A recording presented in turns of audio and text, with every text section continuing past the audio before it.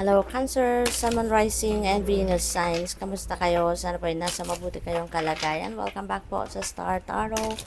Kung bago kayo rito, welcome din kayo. Thank you sa inyong support. I truly appreciate it. God bless you all.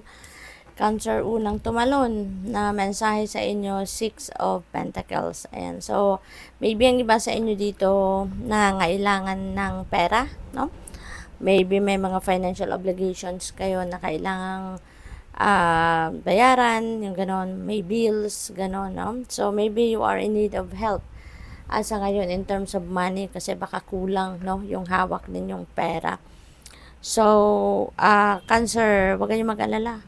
Okay? This is generosity energy.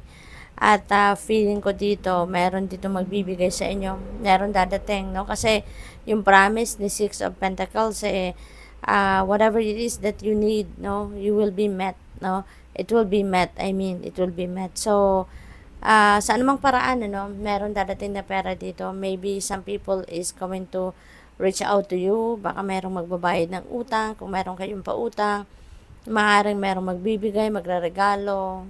This could be windfall of money then, ano. So, money could come from various sources, no, Cancer. Kaya, kung ano man ang kailangan ninyo, that will be met. So, we have strength. Ayan, you may need some inner strength, no, dito. Kailangan ninyo siguro dito ng inyong lakas ng loob, tibay ng dibdib, no, para harapin ang mga pagsubok sa buhay, para harapin yung mga kung ano man ang mga bagay na kailangan i-address dito, no, Cancer. So, tatagan nyo lang ang inyong loob. Okay? So, what else? We have Nine of Pentacles. Ayan. So, sa Nine of Pentacles naman, this is really beautiful. Look at this. This is financial comfort. Okay? Financial comfort itong paparating sa inyo kasi kung ano man yung bunga ng pinagsikapan ninyo, pinagtrabahuan, paparating na siya. So, marireceive mo na yung fruit of your labor dito at you are able to address na kung ano man ang pagkukulang ninyo sa pera, kung ano man ang problema ninyo sa pera. No? So, ito na yun. Magiging prosperous and abundant na kayo at ito na yung simula, no, ng inyong pag-asenso. You have death energy, beautiful, kasi si death energy is massive transformation ito. So, merong pagbabago magaganap dito sa buhay ninyo that is going to, give you new life. Kumbaga, no? There is a promise of rebirth dito. Magkakaroon ng pagbabago dito ang ibang sitwasyon sa buhay ninyo kasi meron ditong pagtanggal, no? O pagtanggal ninyo sa mga bagay, sitwasyon or tao, no, na hindi na nagsiserve ng inyong highest good at yun ay aalisin nyo na sa buhay ninyo. Okay? What else? We have the Sun. Wow, napakaganda, Cancer. Maganda. Magiging maayos, maganda, successful, happy kayo ngayon. Even your physical strength, no, with the strength energy dito. Maaaring kung dati depleted yon, baka pagod na pagod kayo. But now, you are regaining your vitality. You are regaining your lakas, no, sa ngayon. At maganda to. This is success, no? Material success, financial success, success sa pagharap sa mga problema. You know, nagiging maganda ang inyong sitwasyon. There is a positive changes talaga, no, ang mangyayari rito, ang parating. So, good luck sa iyo. So, what else for Cancer?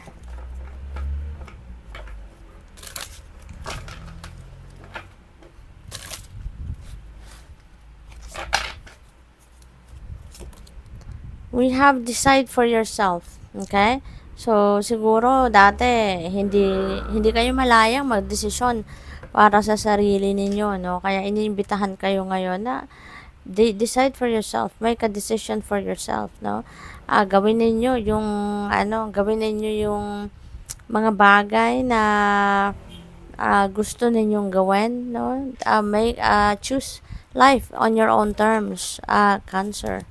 We have take the opportunity. Yan, take this opportunity para makapag-desisyon kayo para sa sarili ninyo. Take this opportunity para kunin ninyo yung mga pagkakataon na merong diyang kumakatok sa inyo na makakatulong maging mabuti, maganda, maayos ang inyong mga sitwasyon sa buhay. Kasi habang nandiyan dyan, may offer ang universe sa inyo, oportunidad, iba't iba, depende sa inyong sitwasyon. So, take that opportunity para makuha na ninyong lahat, diba?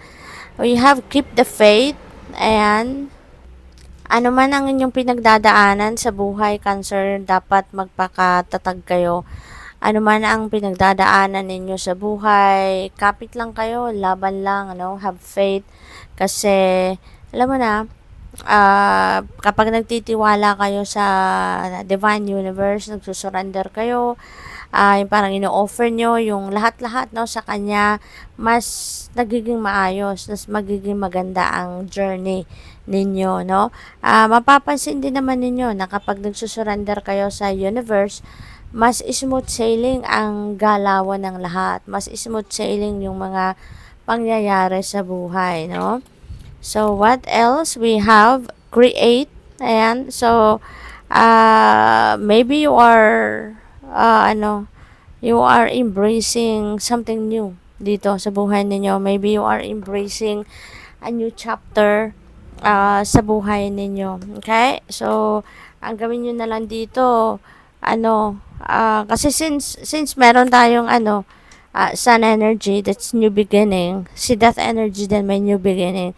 Tapos itong create energy. So, most likely, maraming iba't ibang klaseng oportunidad ang dadating sa buhay ninyo, Cancer. Okay? So, tignan natin kung ano pa ang ganap.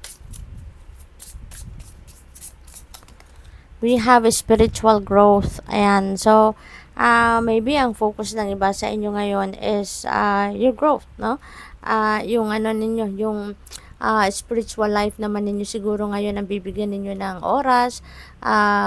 Maybe mas malalim na ngayon ang pag-iintindi ninyo about your purpose in life, your existence dito sa mundo. Maaring yun din ngayon ang pagfo-focusan ninyo, So, good luck sa'yo. We have mature man, Cancer. Maybe you are dealing with a mature man sa ngayon.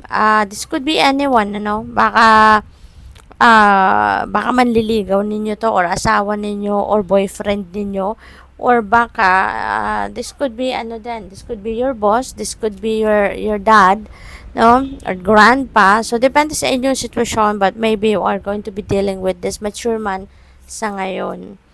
We have career. Ayan. So, focused siguro talagang iba sa inyo ngayon sa inyong career. Maaaring meron kayong career advancement or successes na makakamit ngayon sa inyong karera, or baka meron kayong mga bagong business ventures na gagawin, yung ganon. So, good luck sa'yo. Tingnan natin kung ano pa ang ganap dito for you, Cancer. So, what else? We have saving money. Ayan, napakaganda kasi maaaring ito yung inyong ngayon siguro gagawin ninyo, magsimula siguro ngayon, parte na ito ng pagbabagong parte na ito ng mga changes, sa buhay ninyo, na siguro ngayon magsisimula din kayong mag-ipon, magsisimula kayong magtabi ng pera ninyo, So, that's good. What else? We have shopping. Ayan. Baka naman, nagsisave kayo ng pera dahil meron kayong bibilhin. Meron kayong, baka merong mga big purchases dito, na pinag-iipunan kayo, Cancer. So, good luck. Thank you for watching. Love and light. Namaste.